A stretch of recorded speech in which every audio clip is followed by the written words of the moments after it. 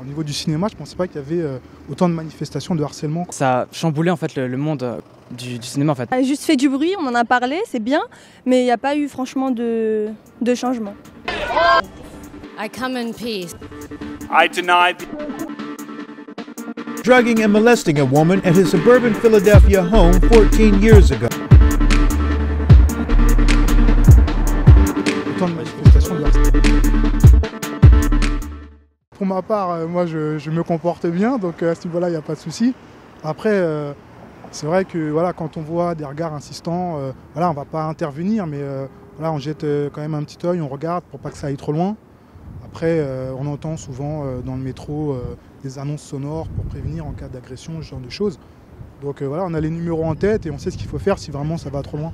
Dans une certaine mesure, ça a changé quelque chose puisque ça a permis à beaucoup de gens de prendre la parole sur tout ce qui leur est arrivé. Ça n'a pas bousculé les interactions avec mes amis par exemple, mais c'est vrai que dans mes rapports personnels, j'ai commencé à parler plus de la zone grise avec mes copains, avec les garçons.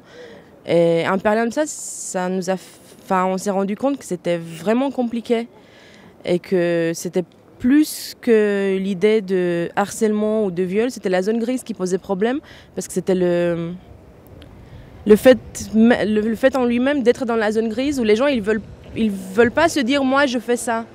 Et du coup c'est assez délicat pour parler aux gens et leur expliquer non mais ça arrive, il faut juste prendre conscience. Mais d'un autre côté après ça a aussi posé ça a aussi posé la femme en tant que victime, alors qu'il y a des femmes qui sont fortes en fait. Mais je pense que c'est une bonne chose de manière générale que les femmes ont pu s'exprimer là-dessus, que cette affaire a finalement déclenché une vague de témoignages. Parce que ça a eu un petit peu cet effet-là, c'est-à-dire qu'on peut moins se permettre certaines choses vis-à-vis des femmes aujourd'hui, et que voilà, faut qu'on fasse quand même assez attention à ce qu'on dit, aux actions qu'on peut avoir. Parce que ça peut être considéré très vite comme du harcèlement, vu que la parole est libérée. Maintenant, voilà, les femmes ont moins peur d'en parler et d'alerter aussi. Donc, il y a peut-être certaines femmes pour qui ça a joué un rôle. Après, c'est pas non plus interdit de faire un sourire, faire des compliments, ce genre de choses. Mais c'est bien parce que ça nous a incité à en parler plus et à se rendre compte que c'est vraiment un truc qui pose problème.